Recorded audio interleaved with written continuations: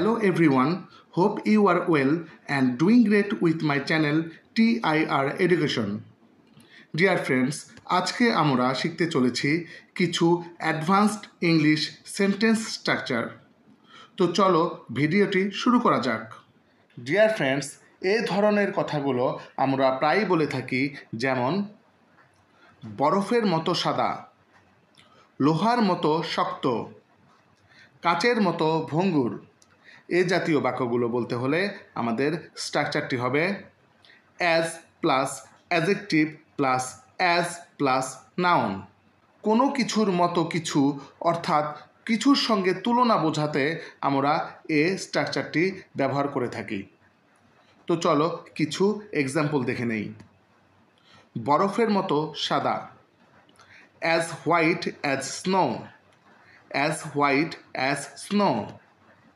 লোহার মতো শক্ত, as hard as iron, as hard as iron. কাচের মতো ভঙ্গুর, as fragile as glass, as fragile as glass. তুলার মতো হালকা, as light as cotton, as light as cotton. বাঘের মতো সাহসী, as brave as tiger, as brave as tiger. Dear friends, এখন আমরা এর পরের স্ট্রাকচারটিতে চলে যাব। এই ধরনের কথাগুলো আমরা প্রায় বলি, যেমন তাড়াতাড়ি ঘুমানোর অভ্যাস করো, বই পড়ার অভ্যাস করো, ইংরেজি বলার অভ্যাস করো। এই জাতীয় বাক্যগুলো বলতে হলে আমাদের স্ট্রাকচারটি হবে গেট ইউজড টু প্লাস ভার্বের সঙ্গে আইএনজি প্লাস আদার ওয়ার্ড। কোনো কিছু করার অভ্যাস করো এরূপ বোঝাতে আমরা গেট ইউজড টু ব্যবহার করে থাকি। তো চলো কিছু এক্সাম্পল দেখি। তাড়াতাড়ি ঘুমানোর অভ্যাস করো, get used to sleeping early, get used to sleeping early. বই পড়ার অভ্যাস করো, get used to reading books, get used to reading books. ইংরেজি বলার অভ্যাস করো, get used to speaking English, get used to speaking English.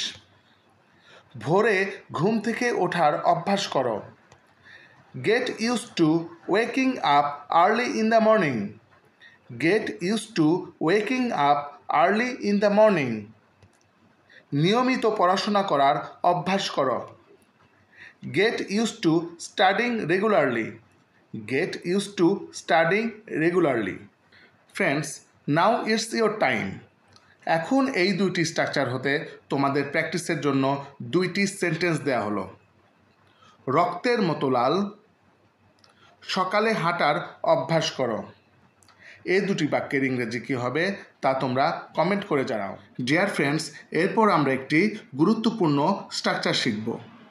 Friends, এমন ধরনের কথাগুলো আমরা প্রায় বলি, যেমন অবশেষে সে তার ভুল বুঝতে পেরেছে, অবশেষে তোমরাই জিতেছ, অবশেষে আমি ইংরেজি বলতে পারছি।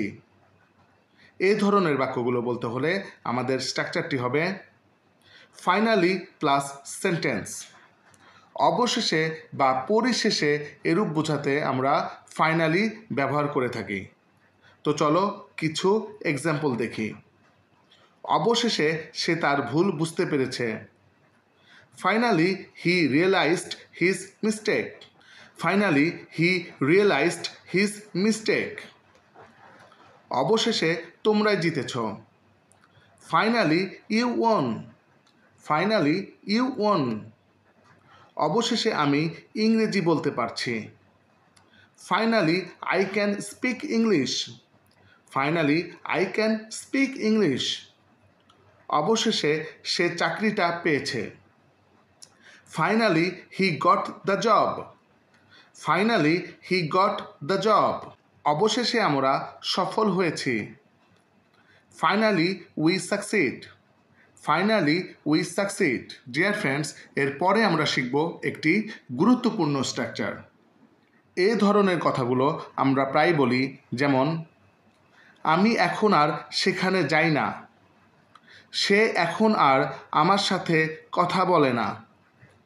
সে এখন আর মিথ্যা বলে না। এই জাতীয় বাক্যগুলো বলতে হলে আমাদের স্ট্রাকচারটি হবে subject plus no longer plus ভার্বের present form plus other word. কেউ এখন আর কোনো কাজ করে না এরূপ বোঝাতে আমাদের নো লঙ্গার ব্যবহার করতে হয়। তো চলো কিছু এক্সাম্পল দেখি। আমি এখন আর সেখানে যাই না। I no longer go there. I no longer go there. সে এখন আর আমার সাথে কথা বলে না। He no longer talks to me. He no longer talks to me. সে এখন আর মিথ্যা বলে না। He no longer tells a lie. He no longer tells a lie. আমি এখন আর রাত জাগি না। I no longer wake up at night. I no longer wake up at night.